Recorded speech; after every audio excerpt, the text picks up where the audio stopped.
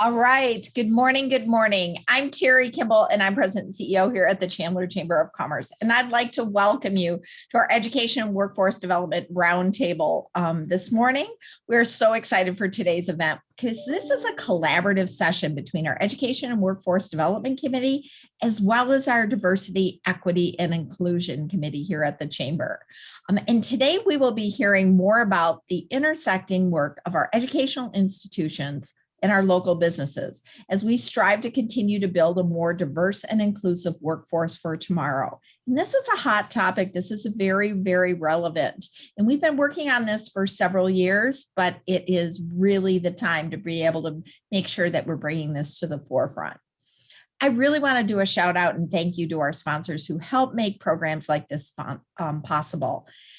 Sponsors like Intel, Arizona State University, Air Products, Wells Fargo. So I just want to thank them for their continued support of these types of programs. I'd also like to thank the Education and Workforce Development as well as the Diversity, Equity, and Inclusion Committees for all the help in creating this wonderful roundtable event in vital education programming all year round. So if you want to participate in some of those, please see our website and we'll get in there all on the calendar. During the presentations, if you have any questions for any of our presenters, please type them in the chat and we will try to address all of those questions at the end of the speakers. So because we have such a robust topic today, I want to go ahead and get started. We will have the opportunity to hear from some of our educational partners. Our first presenters will be Dr. Craig Gilbert with Chandler Unified School District and Elmundo Hidalgo with Arizona State University. First of all, Dr. Gilbert, after graduating from the University of Arizona in 1992 with a Bachelor of Science in Health-Related Professions, Dr. Gilbert began his teaching career in Tucson. In 1998, he moved to Chandler and accepted a position teaching and coaching at Willis Junior High. The following year, he joined the inaugural staff at Hamilton High School as a classroom teacher and coach.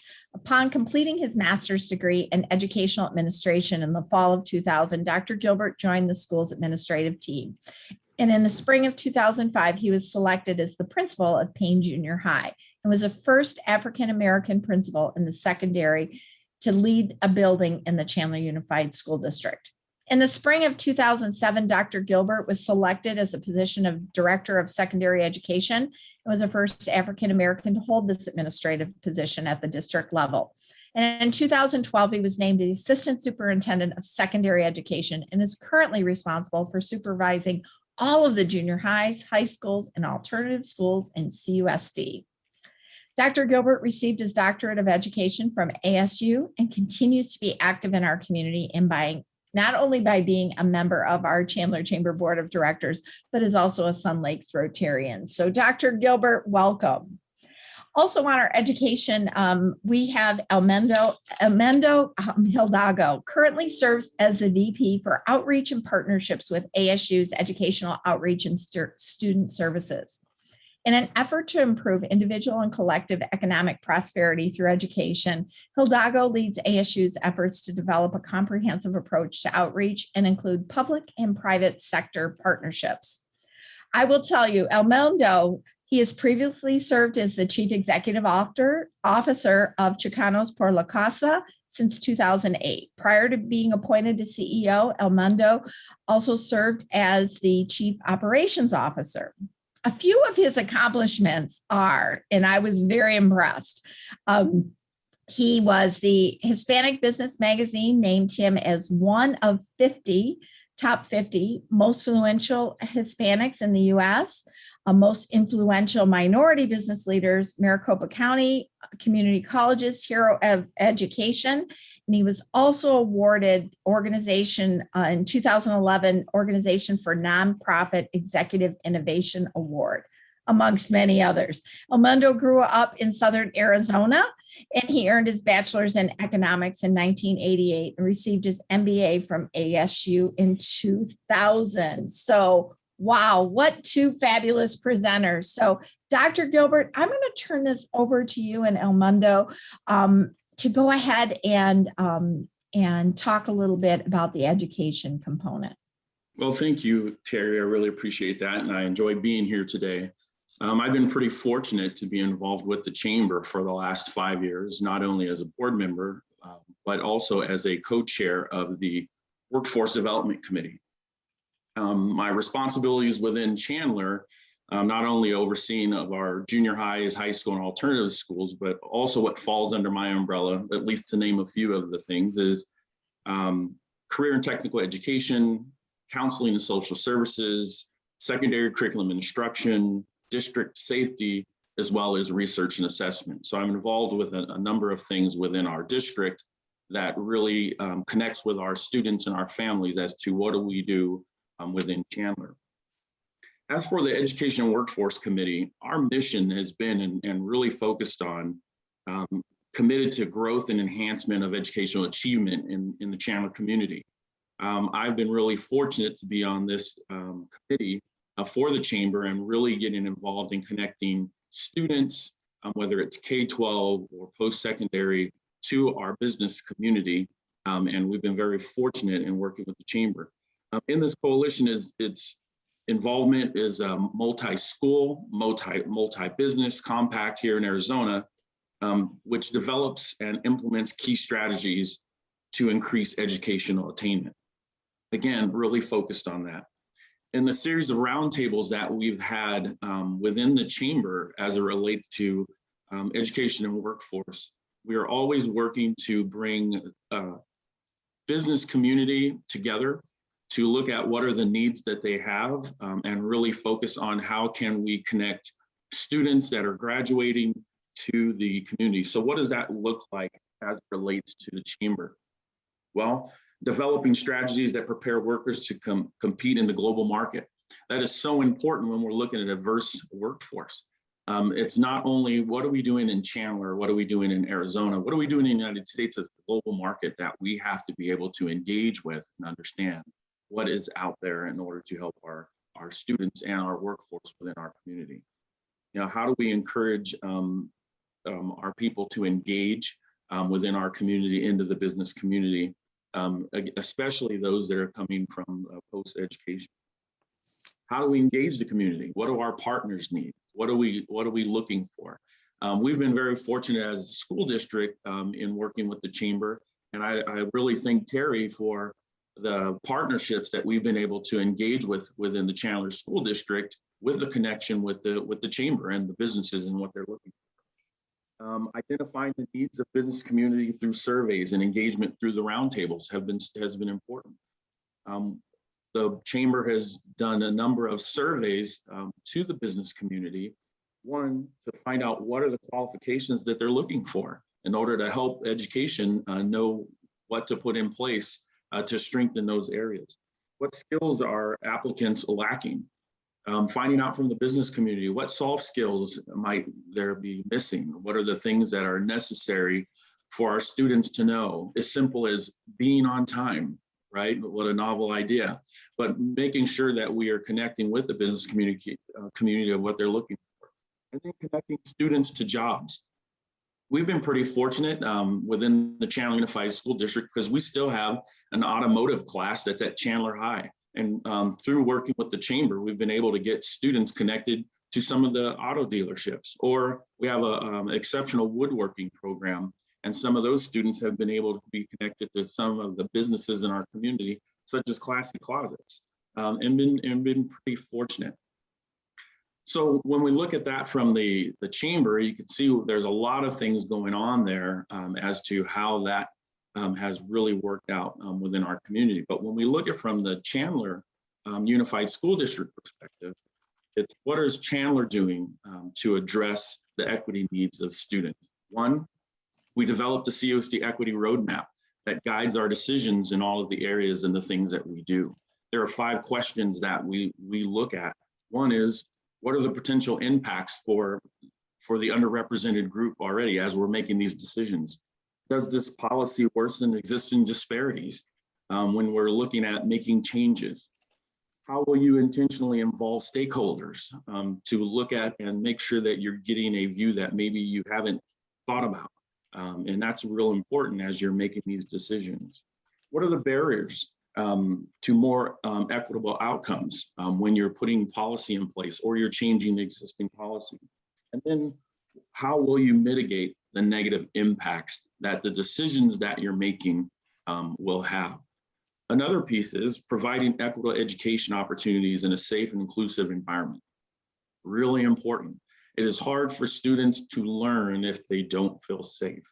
And safe doesn't always mean from the physical perspective, it's also from the social emotional perspective.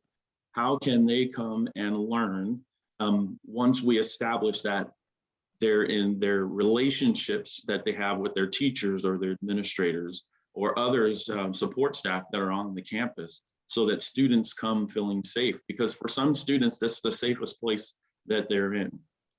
And then finally, we look at the pathways of success that we've developed within our district, really focusing in on how can we, again, make sure things are safe. So the institutional design, this is the core values of the school district's articulation of the vision of the educational equity and appropriate policies and practices, as we advocate for students. What does that look like? Then you have the individual contributions. The employee and the volunteers demonstrate the awareness, understanding, knowledge, and skills to effectively interact with individuals from a wide variety of backgrounds and cultural experiences. This goes back to how does this connect with the global community in the workforce? And being able to know that you have to open your eyes and broaden your horizons as to who you're going to engage with. How do you connect with individuals from different backgrounds, from different beliefs, so that you can be able to strengthen that business community because you have an understanding of where they're coming from. What does that look like? For our teachers within our district, we look at the culturally responsive classroom and equitable classroom practices, and understanding why you might have a student within your class that is feeling a certain way about what you might be covering in that classroom. And that's just having an understanding of what it is that student looks at, their cultural background, what does that mean? And so we have really put forth the effort that equity and inclusion and making sure that things are equitable in the district. Now, we have work to do. I think that's important, that there's always work to do. So we haven't reached where we're trying to go, but you can't get where you're trying to go unless you get started. And that's what we've been doing over the last years, is we need to get started. And what are those things that we need to do? So we have a number of trainings that we're doing with our staff in order to help our staff engage students, again, having that safe environment to be able to work with them. And then we look at the instructional practices, the materials, strategies, activities, and research-based encompass of the variety of things that will be taught within a classroom. Recently, led by Larry Rother within the district and Dr. Salou, really focusing on what is the curriculum, and they had a curriculum roundtable where stakeholders from all over the community were invited to look at and start having this conversation of what is the content that's being used? How do we look at that content? How is it presented? How does it show the different students and the different student backgrounds within our schools that also encompasses the microcosm of what's in our community? And so they started that process. And again, it's just on the forefront, but they started that process to look at what are we doing within our school district to look at the content that students are receiving, to look at how teachers are teaching in the classroom, and so that we can have effective practices to bring all students, and so all students have a voice. From I've shared with you from a perspective of being a part of the chamber, from the perspective of being an administrator within the district of CUSD, but I've also been a parent. My two children, who are both in college now, have been in the Chandler schools all of their life. And I've been very fortunate of the education that my children have had. And there have been positives and negatives, and that's going to happen, and that's where it helps me as an administrator within the district to know some of the things that my students and my children have engaged in, and then what can I do in order to help with that? How can I have conversations at the district level, at the building level, as I work with the leaders that we have at our schools to see how can we improve the things that we have? Because there's a lot of times things happen and it's not on purpose. Sometimes things just happen because if you don't have an understanding. So that's why our district is really focused on what does that look like in instruction in the classroom. So again, what does it look like for our students? Open entry. So access and opportunity becomes so important because one of the barriers right off is, do they have access so that they can have the tools to compete in a global market? So what does that look like? Open entry to students for honors programs, advanced placement programs, career and technical programs, that there's no barriers to be able to get into there. We have our Education Career Action Plan, which is our ECAP that starts in the 7th grade. So students can start looking at what are the job fields that they're interested in, and then understand what's the education or the certificates they need to attain in order to reach it. And if you don't start early, then by the time they know what they want, they're way behind and they're not going to be able to catch up. We have career centers at every one of our high schools to work with our students to see what they're interested in. How could they get to post-secondary? How could they get into a career and technical education program? We work with our FAFSA, which is the free application for federal student aid. For some students, the barrier is they think that they can't go because they don't have the funds. And we try and make sure that our career centers show them it's still attainable. Don't let the money portion be something that holds you back. And then finally, career certificates through our career and technical education program. We have a very strong CNA, which is our Certified Nursing Assistance Program.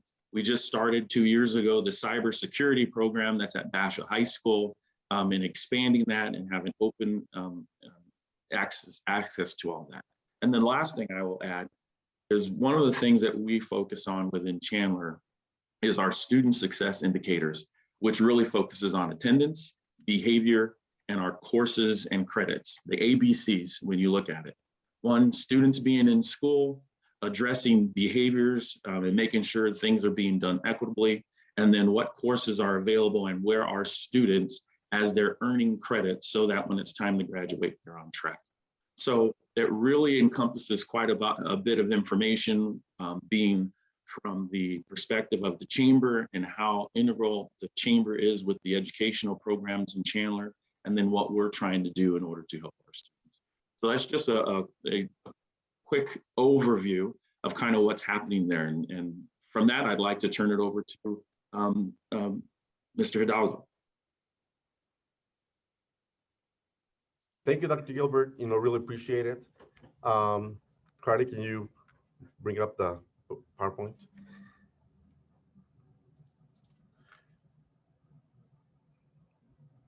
Next. So as Dr. Gilbert indicated, next.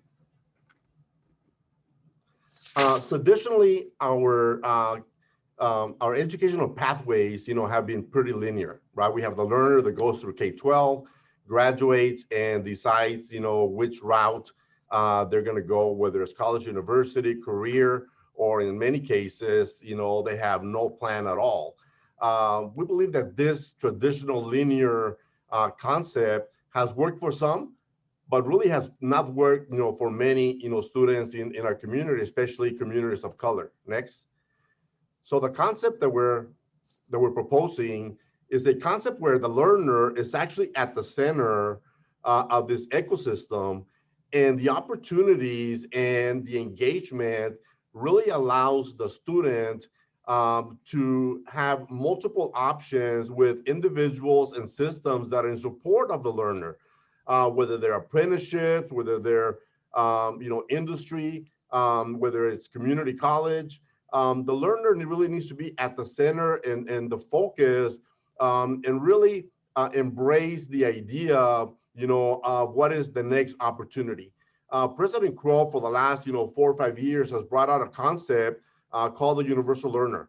And the universal learner is really an opportunity for all of us to meet the learner where they are. Traditionally, the college student, has been an 18 to 24-year-old that, often comes right out of college. Well, you know what? That's not the case anymore. Many of our students, are both, in high school, taking dual enrollment, taking concurrent enrollment. And then we have adults, that are coming back after starting their careers, and or individuals in the latter part, of their careers who are trying to upskill, try to get degrees, or also get, other skills that will help, in their current career. So again, having the learner in the center really allows us to more comprehensively be able to focus on the needs and the priorities that they have. Next. So we're currently on a pathway to work with some of our high school partners on a 4-year plan that we're hoping will shift, the concept, from that linear to more of that ecosystem. So let me talk about, what that constitutes. Next. So currently, about 52% of our high school graduates either go to community college or go to university. Our graduation rates from high school have improved dramatically over the last 10 years. And on a national perspective, we are, almost at par, with other states in terms of high school graduations. But this is an area where we're still lagging, other states. Although 52%, of our, high school students continue their education, we have 48% of those individuals that don't have an idea. They don't have a plan, as to what to do next. So we've set out some metrics, and are currently working with 3 school districts where we want to change, some of the offers and opportunities so that our seniors have a plan post high school, and that we start to work with them similar to, what Dr. Gilbert indicated, right? Start to work with them in high school so that as they start to reach, graduation, they have a plan as to what is next. This plan is not solely, college pathways, but it's also, careers, it's also apprenticeships, it's also internships. And so we've set out, specific metrics, to help us focus, on some of those opportunities. Next. So currently, even those students who go down the community college pathway, 25 to 30% of them who indicate that, their goal is to transfer to a 4-year university, actually do so, right? So part of our focus is how do we streamline so that if a student, because of finances, because of, whatever their circumstances are, decides that, they want to go through the community college and not only get some skills, but start to get some credits, that if their goal is to then continue to a 4-year university, that they are on a very clear path to be able to reach and go to the next level, hopefully within, a 2 to 3 year cycle. Currently, many of the students that, do arrive at the university are spending between 3 and 5 years, at the community college, before they actually transfer. So this is one area of, again, students who already have said and have already, indicated that they do want to pursue a degree, that they do want to get not only an associate, but also, a bachelor's, that we make it easier and facilitate, the process for them to be able to move up, again, if that is their desire. Next. But beyond that, we also know that there's a lot of students, again, 48%, that graduate from high school without a plan. And just because they don't have a plan, it doesn't mean that they shouldn't have opportunities and that they don't have desires, to enter the workforce and have a career. So what we're finding right now is that there's a lot of jobs. We call that the hidden job market. And there's a lot of individuals that are looking for those jobs, but the linkage right now is what's currently missing, right? We did a survey just within, Tempe, area, and we found that in the financial service, in the, some of the call centers and so forth, there was roughly about 5,000 jobs that were non-degree required jobs. But it's still required that those individuals have some skills, as Dr. Gilbert indicated, right? so that not only are they pursuing those opportunities, but as they enter into some of those non-degree required positions, that then they're able to shift from a job to a career.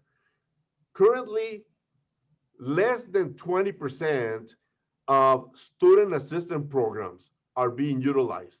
So those companies that have an employer assistance that is willing to pay for an employee to continue their education and pursue a degree, less than 20% of those programs are actually being utilized.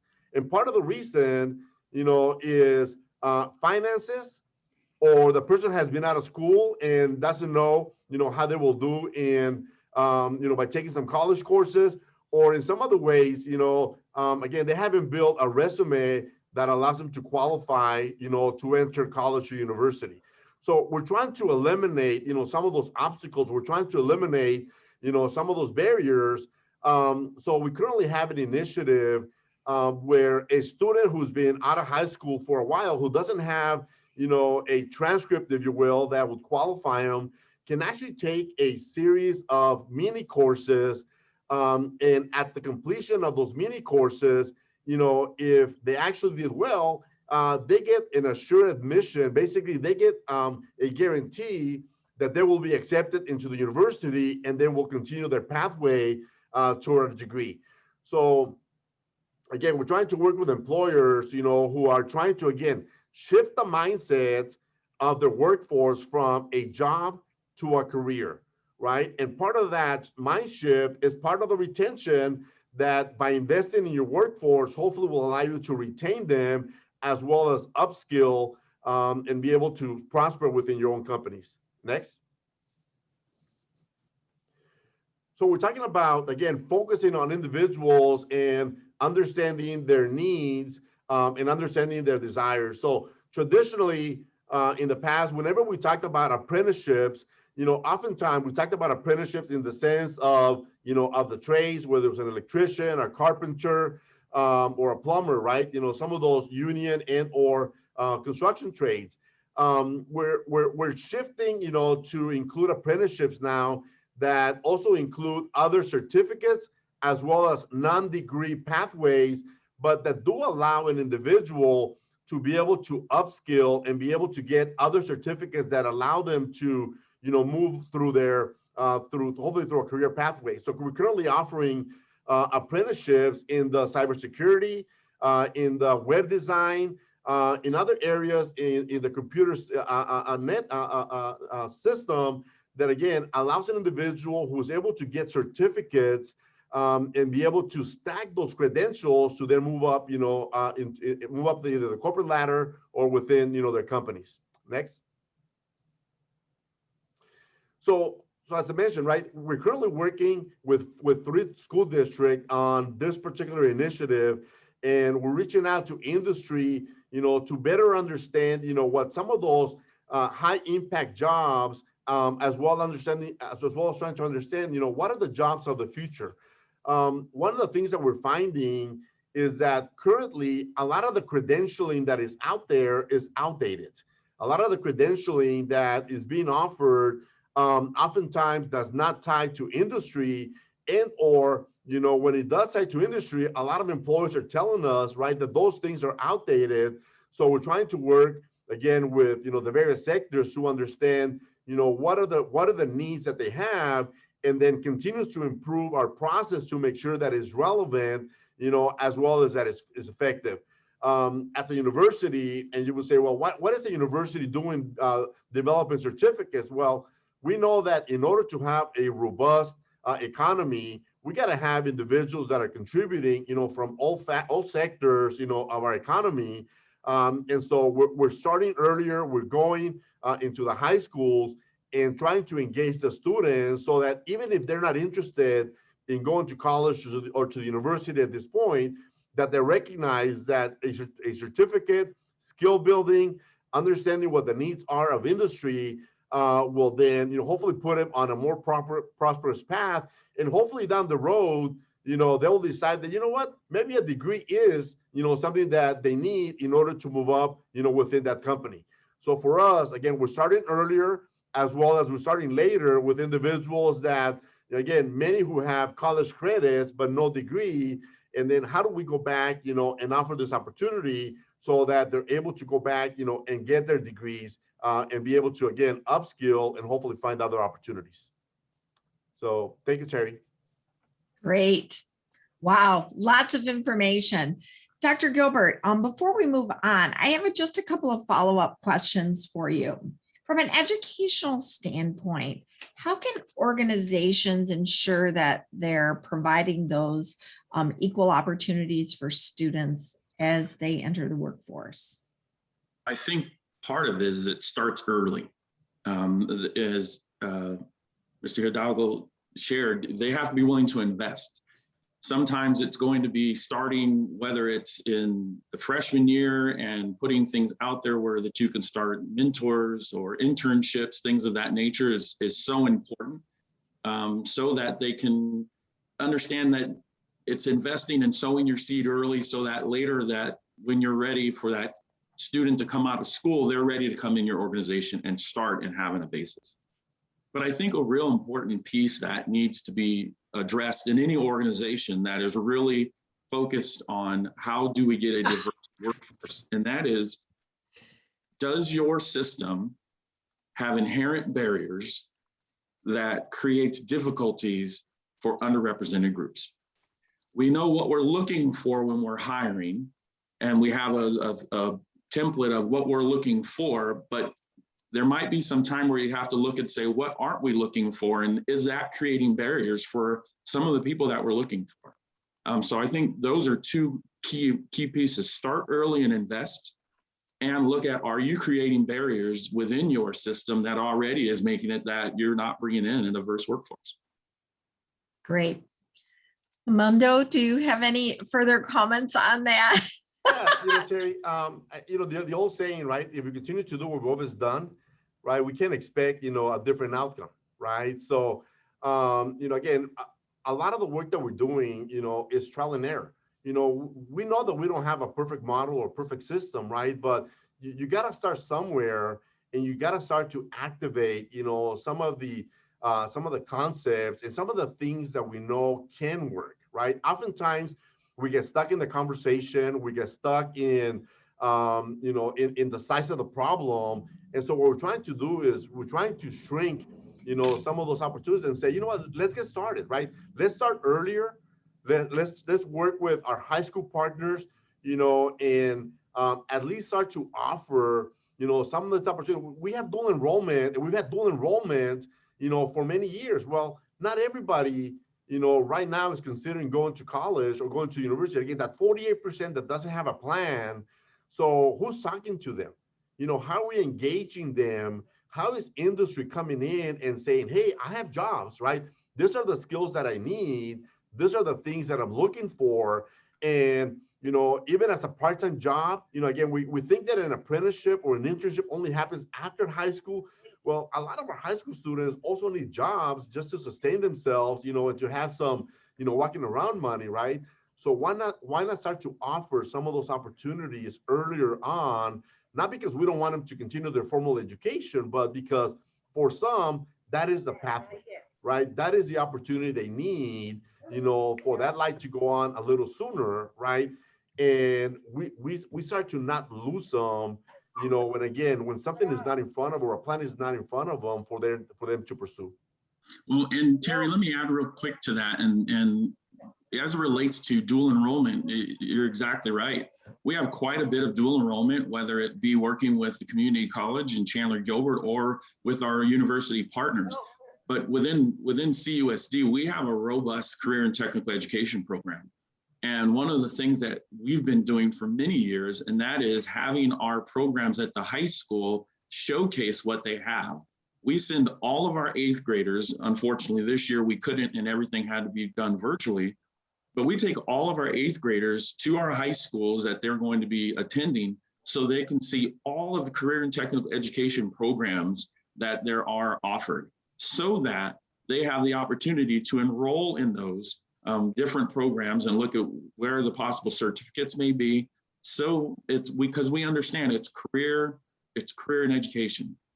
right? It's not just who wants to be in dual enrollment and who's looking for the university, who might be looking to go right into culinary right out of high school, and what does that look like in some of those certificates. We think that's very important. You know, Terry, I'm sorry. Go ahead. You know, Dr. Gilbert also referenced, you know, the FAFSA, right? 80% of students who complete a FAFSA go to college. 80%. That is one of the key indicators, you know, of college going. As a state, we are in the bottom third percentile, of states that complete a FAFSA. So even, let's say the city of Chandler or the chamber embrace that as an initiative, because as he says, right, sometimes finances is one of the obstacles, is one of the barriers that, you know, stops that next, you know, pathway.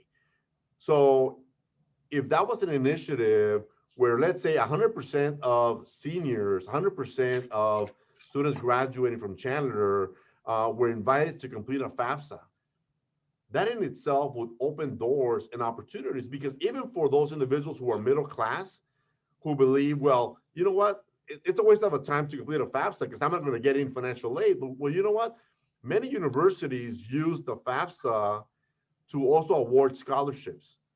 So those individuals who are middle class, who are not completing a FAFSA, are actually disqualifying themselves from receiving scholarships, as well as possibly if they want to get student loans, you know, for the student or the parent, you know, once they're, you know, in the college or university pathway. So a simple initiative like that, right, could open up doors, you know, and opportunities, whether, again, because it's all about choices. Mm-hmm. At the end of the day, whether a student decides, you know, to, you know, go to college or go to career or, you know, go to an apprenticeship, right? It's all about, you know, setting up opportunities and choices for them to, you know, continue toward their next step. And that's so, sorry, Terry, I have to just add this. Okay. I know we're gonna, and that FAFSA is so important, which is why we're fortunate that our university and community college partners actually come in, because we have labs open for our parents to come into and get help from our university and community college partners to be able to fill that out. That is a push of ours, and I get a report every month to see where our high schools are with not only putting in a FAFSA, but completing it. Because you have to complete it. Some started and don't complete it. So sorry, I'll stop there. No, that's great. And just one more, and I know that because we've got some questions here in the chat. I do want to get to one question because we've got to get to the diversity component, because wait till you hear these two speakers. But I do have a question. Will increased emphasis on certificates be concentrated at the community college level or at the university level? Or both? Yeah. So Terry, we can't wait till the community college or the university, right? We got to start, I believe, at the high school level, you know, offering some of the certificates, right? No different than currently being able to offer college and university courses. Why not? Why not offer, you know, some of those skill building and stackable credentials so that when a student graduates, you know, from high school, you know, nowadays, we have students that graduate from high school and already have their associates.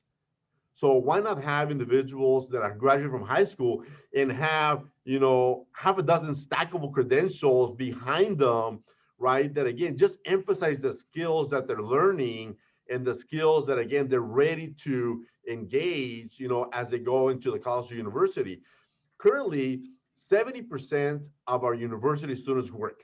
70% of ASU students work. So for us, right, it's important that even those that do come the university route, that they have the skills ready, right, to be able to go out into the workforce and start to engage and start to experiment, if you will, on the different career pathways that they want to pursue. So a lot of what we're building is really focused on the high school, you know, as an opportunity. And again, will be offered to all.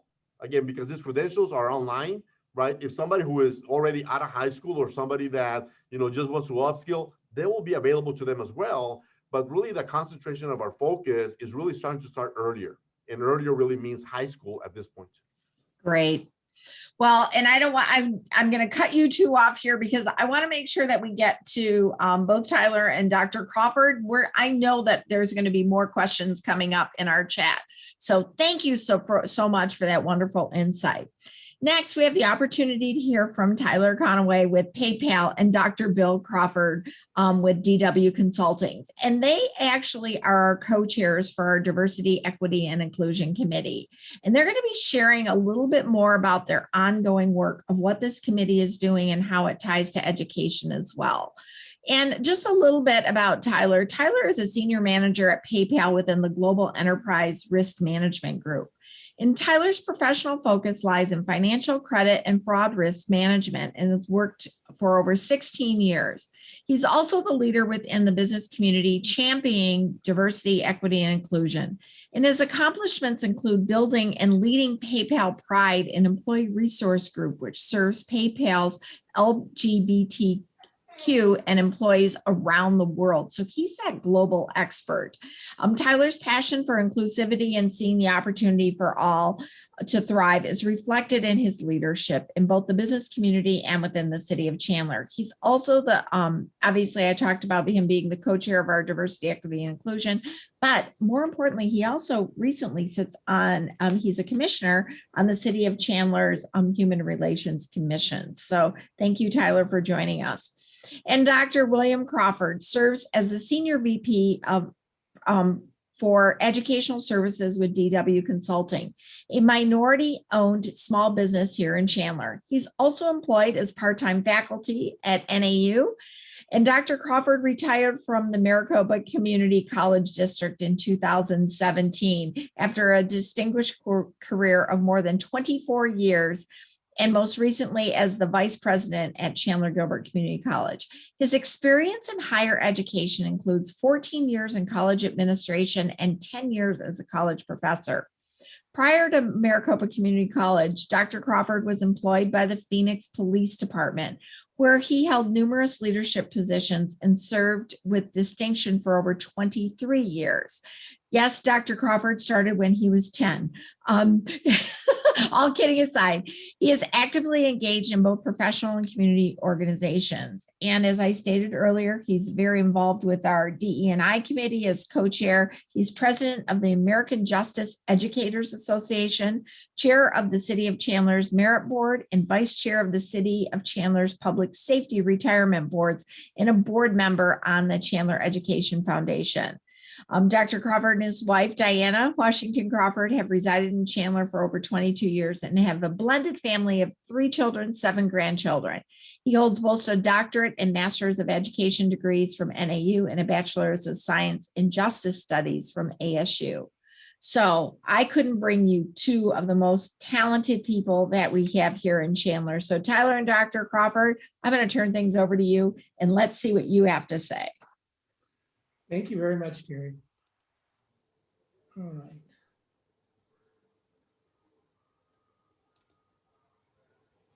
One second here, we'll share.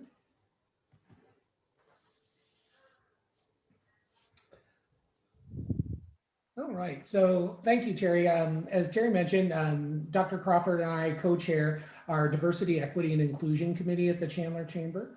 Give you a quick rundown. Our committee, co-chaired by Dr. Crawford and I, includes, a pretty broad base of individuals that help support us, and we wanted to give a quick shout out and recognition. And it is so important, I think, Tyler, for people to understand all of the individuals that are part of the Diversity, Equity, and Inclusion Committee. And we refer to it as DEI, just as kind of a shorthand. But we wanted to kind of highlight those individuals so that you could see the broad diversity that we have represented, from Dr. Cindy Banton, who is the CEO of Avid Consulting, which specializes in workforce performance, to Keisha Beach, who is the CEO of Base Arizona, which is a nonprofit organization based here in the city of Chandler. Crystal Blackwell, CEO of Crystal Clear Results, which focuses on team dynamics, hiring, and coaching. Jennifer Hewitt, who is the executive director of the Chandler Education Foundation. Monique Hughes, a partner with Ginger Monkey and BLD Restaurants in the city of Chandler. Alafia Long, who is the Sales and Business Development Manager with PayPal. Tabitha Spivey, who is the owner of Spivey Realty, as well as Olivia Woods, who is a manager with Toyota Financial Services. So it's more than just Tyler and I. It's a broad group of individuals who focuses on diversity and inclusion and what we can do to advance that within the city of Chandler. Tyler, back to you. Awesome, thank you. So give you a brief background on our committee history and our charter. We were established in 2018 in response to a Chandler Chamber survey. So the Chamber constantly polling and assessing needs of members, got some very interesting results on the topic of diversity, equity, and inclusion. A very large percentage, I want to say back at that survey point, it was around 82% of the respondents indicated this was a priority for them. Also in that survey outlined that they kind of felt deficient in some skills.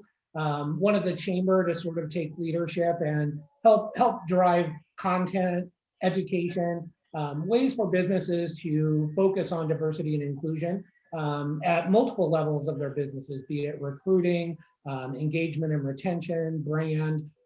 So we had a pretty big need expressed by the business community in Chandler through that survey.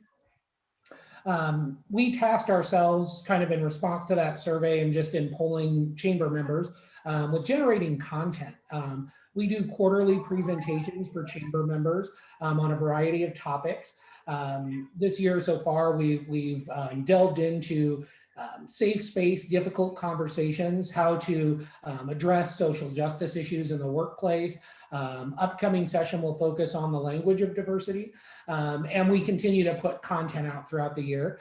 And as well, we'll advise on policy matters related to workforce diversity and our business culture, how the chamber can be present for those important issues, especially when it comes to public policy.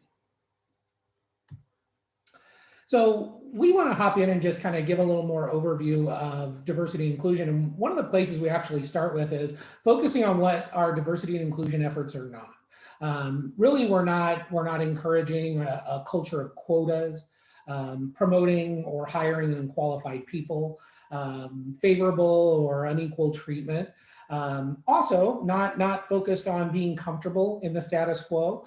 Really kind of creating the culture in Chandler that diversity, equity, and inclusion is something that every employee has a stake in and every business has a stake in. Really kind of hammering home the idea that diversity and inclusion is about creating resources, not so much creating like a forced quota structure, a lot of those misconceptions. We've done a lot of work on misconceptions as well. We found and identified in our initial exploration of the topic a lot of common misconceptions. Differences create barriers to high performance. Diversity means that we will take away from an existing power group, white men, for instance, that means there's a zero-sum trade-off between inclusivity and seeing opportunities for all to thrive. Only a few can succeed.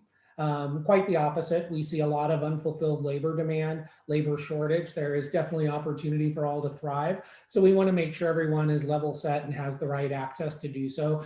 Key important item of our intersection with education and workforce is seeing that up and coming generation have those access to those resources and really have those skills, be it soft or technical, to succeed in the workforce. Too challenging to bring in people from diverse work balances. So really helping businesses understand that recruiting and getting a message out will in essence help recruit a diverse background. It's not that difficult. We just want to create a level set for employers on how to do this successfully. We've got folks on our committee that are involved in recruiting strategies.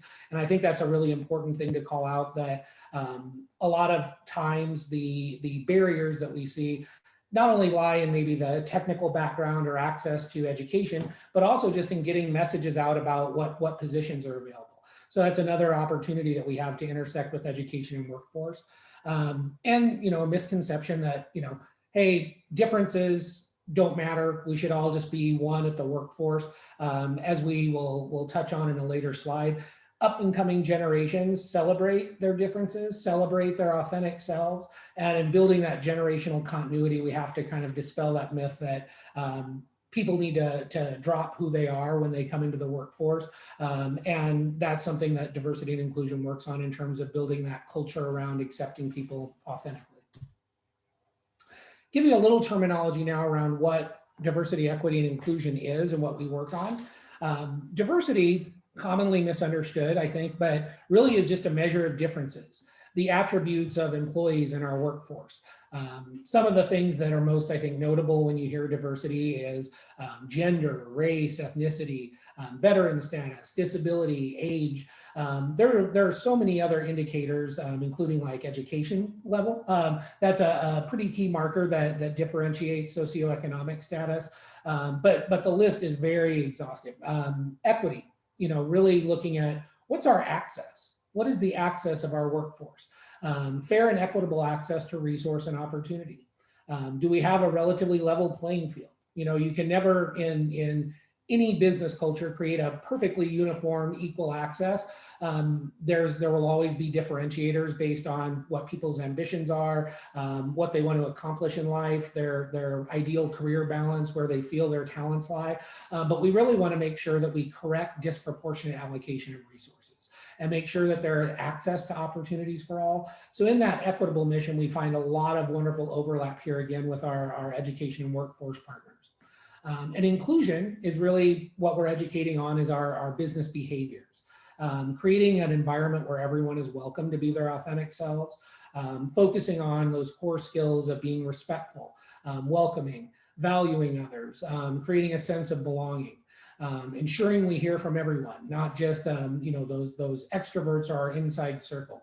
When we talk about the hidden job market or areas where people find out about opportunities through small social networks, we want to make sure that businesses understand how to expand that concept, bring the message out to broader audiences, and by effect, naturally create an opportunity for people to see themselves succeed in Chandler and see themselves succeed in another business. And a key one for us, and I think this really speaks volumes to where we will intersect the most with our education and workforce partners, is really managing diversity in age in the workforce. As statistics show over time, the age of retirement is not shrinking. It actually increases exponentially. If you look at trends where the average retirement line is, we will kind of be managing multiple generations in a workforce as a normal going forward. Continuity is very important to any business culture. It's important to a thriving economy. As folks retire, we need an inflow of new folks, and we're always going to have those different generational perspectives. So a key emphasis for us year over year has been creating content and creating access for all different levels of employers to understand how to manage differences in generations. This little table, which you can look at later, is just a overview kind of some of the challenges that are faced when dealing with a multi-generational workforce. And part of our committee focuses on how do we create environments where we can manage to differential communication styles, different leadership styles, different ways and modes of giving feedback. So again, our emphasis being on creating continuity in the workforce and really creating an area where multiple generations can thrive in a business environment. Tyler, before you move to the next slide, as an example of that, is our next roundtable that's coming up on April the 20th. I thought this was a great opportunity to put in a plug for that. It's on the language of diversity. And so it's going to help individuals who maybe are uncomfortable engaging with their employees regarding diversity. It's going to help them get better at doing that. So thanks, Tyler. Absolutely. And good call out too, because you'll get a wonderful example of generational perspectives as well on the language of diversity. We'll be presenting sort of a history and overview of how we talk about diversity in the workforce and how that's changed over time since like the 40s onward all the way up to current time. So definitely encourage folks to attend. Good call out, Dr. Crawford. And then really kind of hammering home why we're here, we see ample benefits of an inclusive and diverse workforce. Our businesses succeed better when they have a diverse workforce. They're attractive to a broader customer base. They bring in talent that they may not have otherwise known about. Differentiates our Chandler employers as an employer of choice. They can attract a broad audience of employees from across the valley, across the state, even across the nation, by building that diverse and inclusive brand. Keeps our businesses on the right side of the law. As we know, this is a regulated area. We want to make sure our businesses stay compliant, and those breaches of law, those sort of like step outside the boundary moments when we have litigation, other things, are brand damaging for any business culture. So it's very helpful to make sure that our businesses have a good framework and understanding of the importance of a robust D&I program. It's really the right thing to do. I think everyone probably assembled here today, and certainly, our partners in education and workforce, you see the passion they have for seeing young folks succeed, creating a framework for people to have thriving careers, the opportunity to generate wealth and prosperity for themselves, see themselves like grow through an entire career life cycle from workforce entry to retirement down the road. That really just harkens to the hero, I think, in all of us, where we want to be that right resource for people. So that move for equity and making sure that we give that hand up to people that may be underserved, underrepresented in the economy is really something that I think speaks to everyone's moral compass in terms of being a positive resource and a positive impact for people. Well positions our businesses to compete for best talent. So, the talent that you might be missing is the one that never applied. That motto that I think a lot of recruiters go by. We don't want to see our businesses miss opportunities because an individual didn't think they could apply there, didn't know about a position, didn't necessarily see someone like themselves in a company or in a community. And really that speaks to then the city of Chandler's reputation. The city of Chandler is a very diverse city. We have all different backgrounds, ages. Our business community is extremely diverse too, ranging from manufacturing to technology, financial services, you name it. Keeping the city at the forefront of those reputational items and keeping our brand up, very, very important. And it starts really with the business culture. If you think about where most people spend the majority of their time in a day, it's at work. It's kind of becomes part of what they do.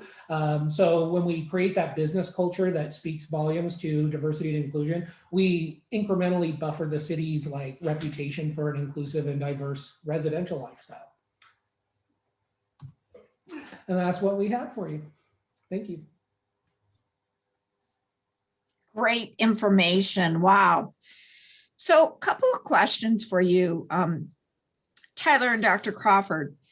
So you hear me talk about this all of the time, that DE&I and education intersects as employers and educators together as we continue to strive down this path. What would our next steps as a community be to ensure we're moving forward? Well, I think that's, there's a lot of action items there, but I think our education and workforce partners highlighted one thing, which is we really need to take stock of, and it's almost just like a top-down audit of what our equity looks like, what our access to for all students. In Chandler, we have certain areas like Title I schools, where we want to make sure that students have the right opportunities. Yes, I'm getting a little canine assistance here. But really, speaking to soft skills, I think it's super important that employers here in the chamber are connecting their needs back to education. So how we look at it is to say, who doesn't have access to that level of education? Who doesn't have access to those programs? And how do we make that happen? I think it's really important when we say employers are coming to us saying, we want to be better at diverse recruiting, and we have unfulfilled, potential candidates sitting there saying, how do I get involved? Creating those connections, I think, is the biggest easy win. Down the road too, I think we have to take stock of how do we keep and engage people and engage young folks in our business culture. Easy to start and create jobs, much harder to retain. So I think we have to have a long-term strategy around engagement. And I think that just starts with, again, going back to Chandler's core values and what our committee is about, is just creating this as a friendly, welcoming, and inclusive community. Kind of hard to leave from there. Great. Tyler, one more question for you and I'm going to ask Dr. Gilbert that same question I just asked you here in just a minute. But Tyler, how does an organization get the entire company, including their leadership team, on board with diversity, equity, and inclusion efforts? I really think it starts with coming down again to the benefits. When you look at it, I don't truly think in today's modern workforce you have a lot of examples of intentional bias, of people just wanting a single homogenous workforce that all looks like them. They're the same age, same viewpoint, same thoughts. I really believe most people feel that they are inclusive at heart. It's really about showing like the benefits of practicing that, how maybe they're not achieving that goal. When we talk about the benefits of it, I think you're looking at customer engagement. You're looking at employee engagement.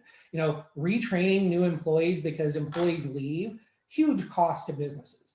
And really, when you look at businesses that maybe struggle a little bit in this area, they have higher turnover rates.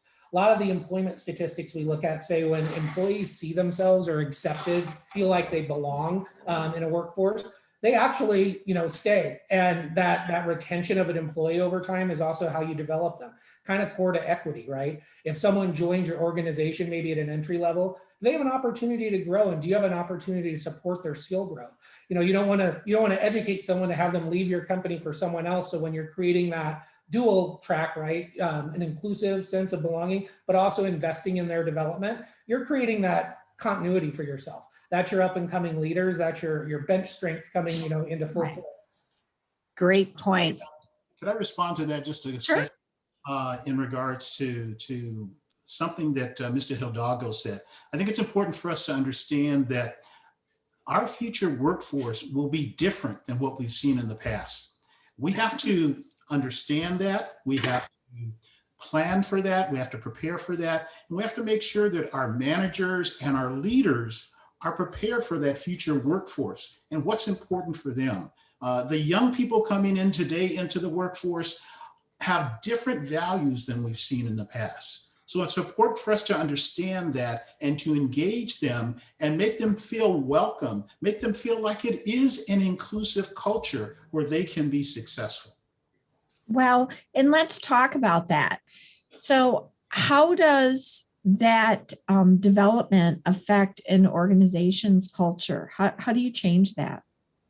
Well, I think it's important that the leaders of the organization, I believe they're keys because they are going to set the tone. And there has to be that right tone when individuals are looking at employers. They are doing some very thorough research. Millennials are very good at getting on the internet, searching on social media, et cetera, et cetera. They're doing their research. So the employers need to make sure that the organization, the business is presenting the right image so it will attract those individuals and make recruitment much easier.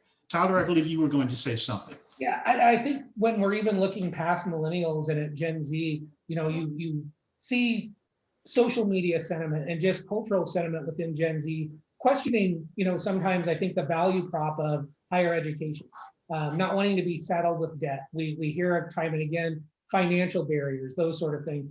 But really kind of reinforcing there's a wide career path available. It doesn't have to be, I'm doing my 4 years at university and that's it, and I have to have a liberal arts major. There's opportunities to focus on careers that are more technical. And then I think too, you have to not only look at the change in the workforce, but a change in the work. Technology and changes in our consumer modalities are really impacting what jobs will be available. And as we focus on what's a technical career, is that IT now? Are we focused on things where you can be a software developer in a shorter amount of time? And really making sure that we're aligning skills to what the economy is evolving to as well. Those Yep. employers, and I think this is very important, employers in those new fields and technology are also very focused on making sure that they have a diverse workforce to recruit from.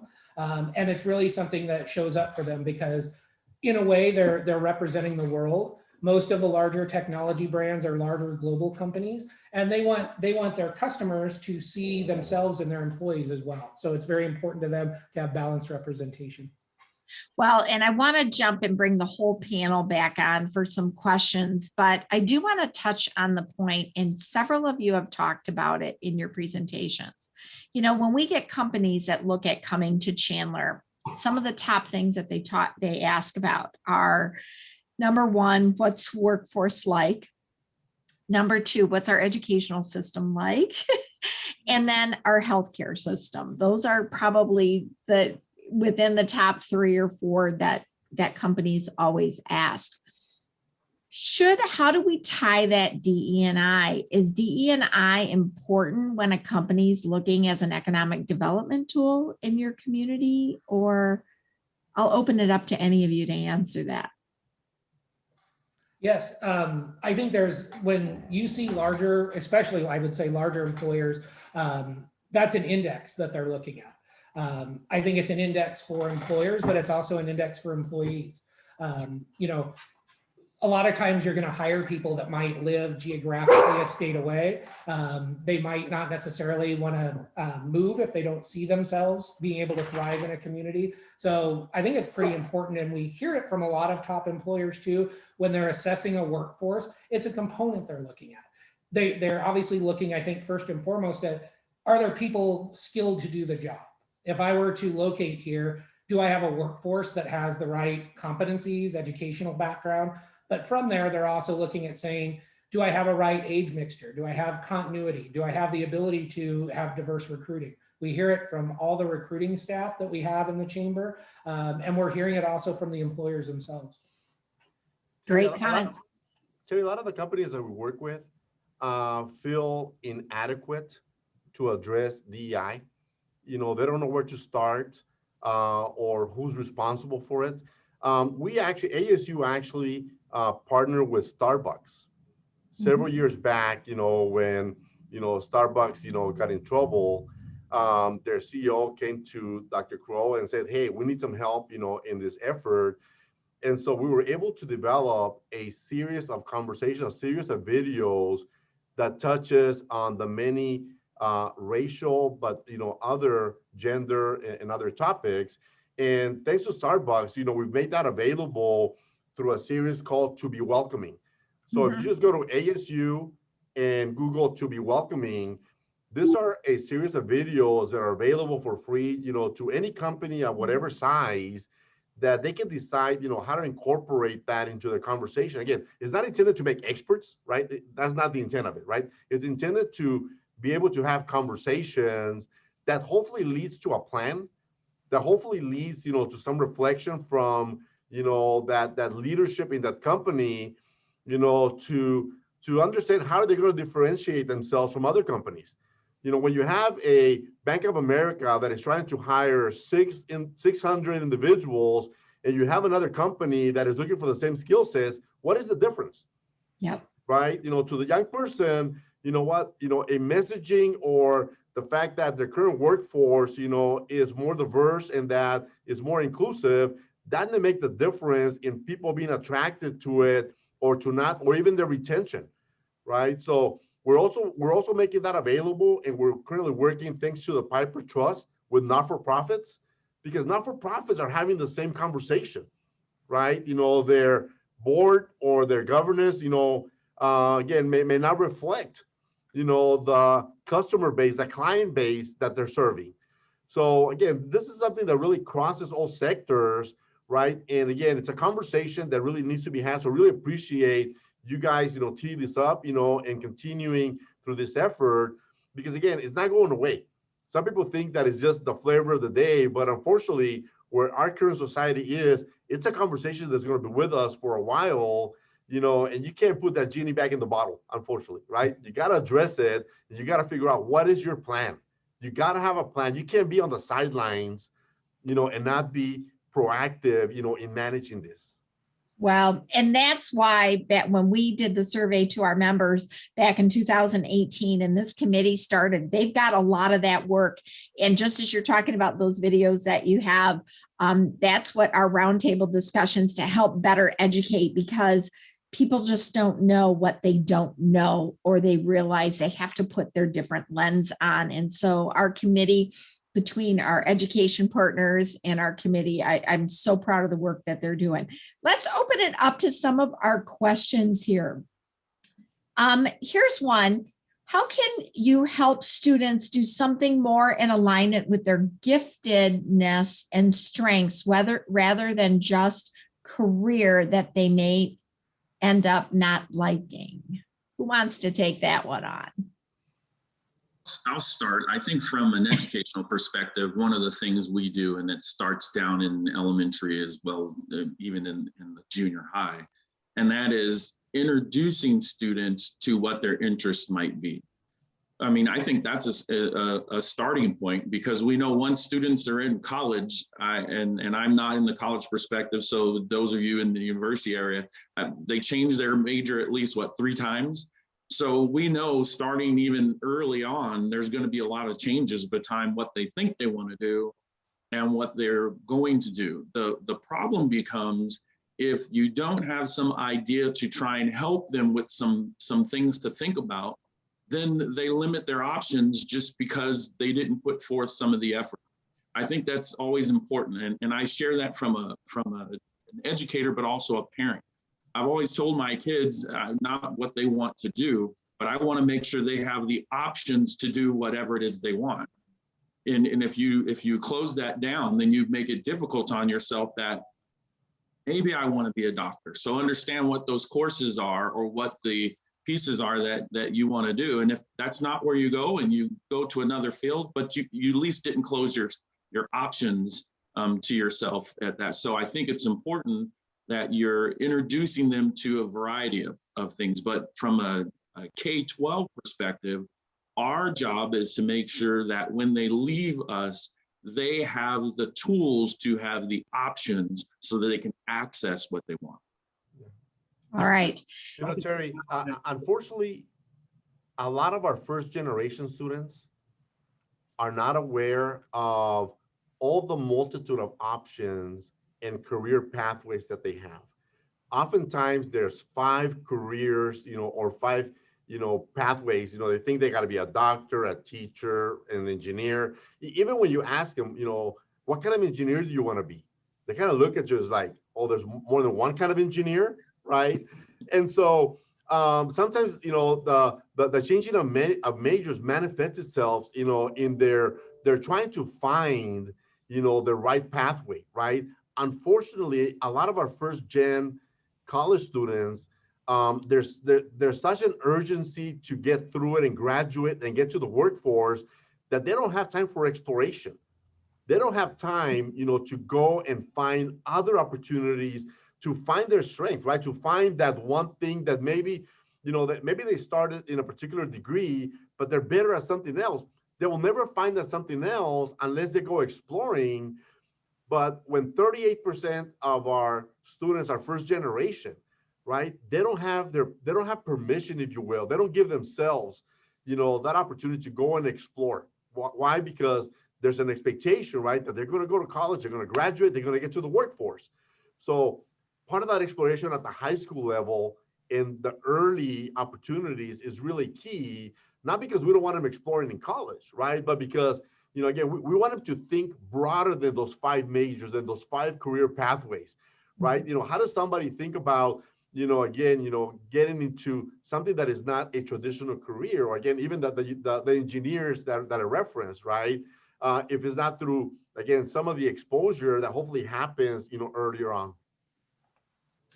And Terry, Mr. Hidalgo just expressed exactly what I was going to say in a very articulate way. So thank you so much for doing that, because it is so important, I think, for students in the younger years to explore all of the different options, so that when they get to the university, when they get to the community college, they have some idea of the pathways that they want to pursue. And I think that that's really important, because that's the other thing. During this past year, I think that we have all learned a lot of lessons on where we need to be from the business perspective, as well as from the educational perspective. And as a community, we've learned that too. So couple of other questions that I have for the team here. So we talked about the DE&I, we've talked about education. And as we continue to move forward, what from each of you is the next step that we need to have as a community to move forward between DE&I and the education community? Next steps. I think we need to continue the discussion of open conversation. Continue discussion of understanding that if you're open-minded and understanding from a business person that you're going to have to adjust with the workforce that is out there in order to strengthen your company, that's also becoming diverse. I think the next steps in that is to continue to educate, whether it's within the educational area of what we do in my field to what companies are looking for, because it is making sure that you have a strong and educated workforce to help a company move forward. But it starts with really looking at what do you want and are you willing to open up that lens in order to get it. And I would add that it's important for us not to be afraid of having those difficult conversations, because sometimes they are challenging, but they can help companies grow and evolve and be better organizations when you sit down with employees and have those conversations. I think Any other comments? Highlight two things. I think one is we need to highlight the companies and get them out in front of students at earlier ages, so students can see people like themselves succeeding in companies here in Chandler and in Arizona in general. And I think creating mentorship opportunities. You have companies of all sizes who have a lot of great intending employees who want to help up and coming generations succeed, and creating pathways and mentorships for someone that, for instance, identifies a talent or a dream or something. That's great to have, but I think a lot of times it's better to hear from someone's life journey to get there, what that entailed, and it just starts at planning. I think we do a great job of like inventorying things on paper. These are the degrees you'll need. These are the courses you'll need to take. This is the path forward. This is maybe potentially the cost that you'll have to pay in terms of educational costs, so on and so forth. That's wonderful, but I think breathing a little life into it and connecting people and saying, here's someone who's very successful at this role and what they went through to get there, those mentorship opportunities will be pretty important as well. And I think that that's a really critical component, because when I first got into chamber work 30 years ago, the gentleman who tapped me on the shoulder said, I want you to apply for this chamber position. I said, first of all, I don't know what to do there. I need some education and training on that. And the second component was, I said, I'm a female. I can't be in that position. Because all of my peers around that I saw at that time were all males. So identifying yourself, that is so critical. And so I think that's a great topic. One of the other things, some of you talked about this a little bit. I wanted to throw this out there for just conversation. We talked about the soft skills. That's what employers are hearing right now. We just completed our series of roundtable discussion groups with industry sectors. Every single industry sector brought up about workforce, as well as some of those soft skills about showing up and so forth. Also, the other thing that we're hearing is about that financial literacy component, that they need to be able to self-manage and be able to pass credit checks and so forth. Does anybody want to comment on that?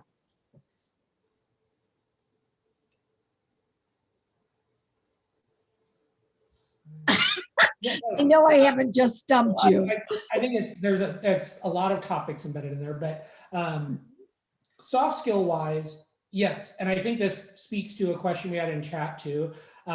Soft or technical skills are the first door to open, because competence and ability will always be required to enter the workforce.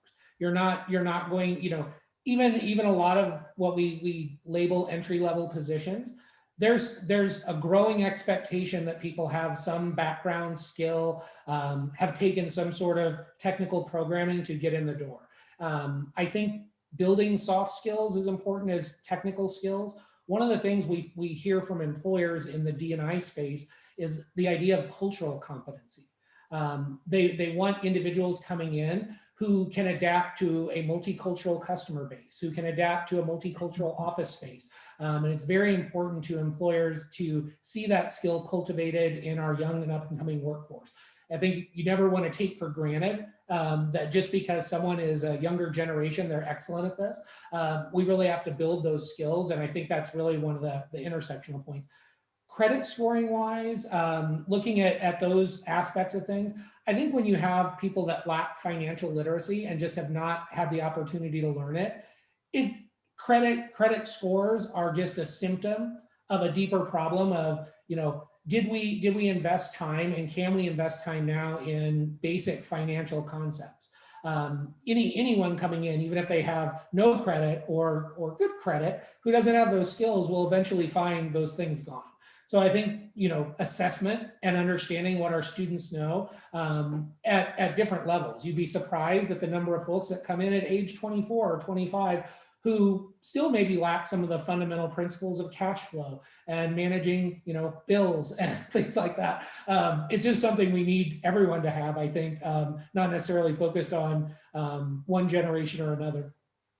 Well, and I think that's important too when we have when people are trying to pass those credit checks. If you're going to work for a company that's dealing with the government, they may have all the other things in place, but if they can't pass that background check, that credit check, that's important. Dr. Gilbert, I'm sorry. No, I was going to say, and I was looking in the chat, and one of the comments had to do with social capital. And I think that is so important. I come from a perspective of my kids, of course, having something different than I had. I didn't have the social capital that my kids have to understand how to build a credit score. And why is that important, right? My middle child is in college and has a great credit score. Why? Because my wife, I can't take credit for it, work with her in the sense of how do you get that credit score and have a credit card and not spend a lot of money on it, but you pay it every month, and having that information that I never had when I was growing up from the perspective of understanding that. And that has nothing to do with someone not wanting to learn the knowledge. It's just, you just don't know what you don't know. And if somebody can give you that information that's not usually in a conversation, that puts you a step ahead of someone right off. And that's just having knowledge of something that I know I didn't have, but my kids have now because of what I've been able to accomplish and learn from others that were willing to give me that information. And so that's an important piece of, what you have. And it's not, I don't want to learn it. It's just, I didn't know I needed to learn it. Great point. And Terry, we talked about the traditional soft skills, but think about the environment going forward, right? How much of this Zoom environment is going to stay with us, and how much of that is now being incorporated into jobs, right? Because again, as companies saw that employees could be effective in working remotely, right? And be able to set up, their work environment at home, right? How are we going to adapt those soft skills, to those type of jobs and those type of expectations, right? So an example, I every so often I will Zoom with a student, right? Or we have, a conversation like this, and the student is working from their bedroom, right? And the bed is not made up, and things are right. Again, is the student aware, right? That is the message that they're conveying, right? That people can see behind them, right? I mean, just look at ourselves, right? Not to single anybody out, right? But we all kind of work from different environments. And some of our backgrounds are kind of reflected, right, in your screen. So what's the message, right? What is that soft skill, right, to at least have that self-awareness? You know, you happen to be much more professional and have, you know, your background screen, right? So, but the majority of us, you know, did not. So those are the things that, again, you know, as we look at, you know, the opportunities that are evolving, how do we incorporate that into some of the conversations that we need to have, right? Because again, the self-awareness may not be there, right? We can't assume that it's just, you know, automatic. Great points. All right, we've got a couple of other questions. I know we've got a lot, some of them, I have another one here. Mundo made the point about the lack of social capital can create barriers, exposure, especially underrepresented students and future workforce talent. Are there examples of companies partnering with educational institutions that address that challenge?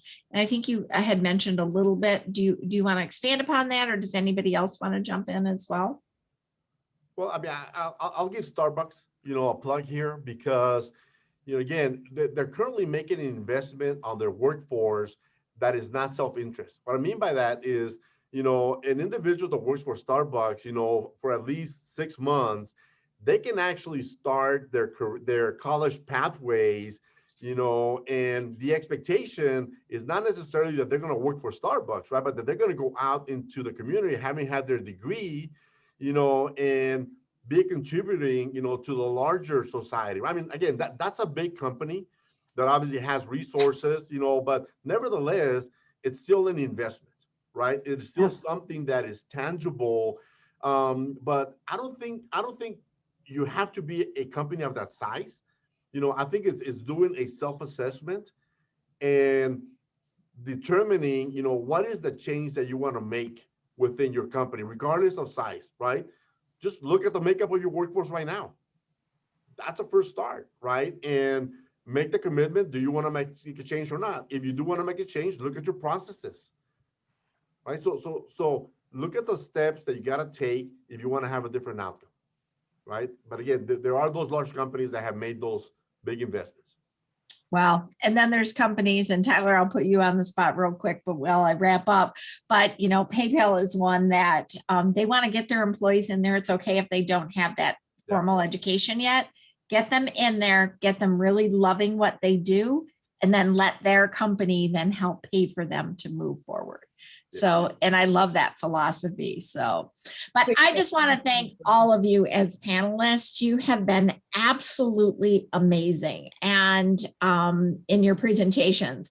And I think it's really important to continue to share the importance of a strong intersection between that education as well as that diversity, equity, and inclusion as a vital tool as we continue to build Chandler and our community to build a strong workforce. So I'd like to thank our sponsors for making this possible: Intel, Arizona State University, Air Products and Chemicals, and Wells Fargo. There's also going to be an evaluation survey that will be sent to all of you that registered after this program. Please fill us out and let us know what you think, and also some of your thoughts on continued upcoming roundtables and discussions. Our next one will be on May 6th. I just want to thank you all for being here today, and please stay safe and enjoy the rest of your day. Thank you for the opportunity. Thank you. Bye, everyone. Thank you.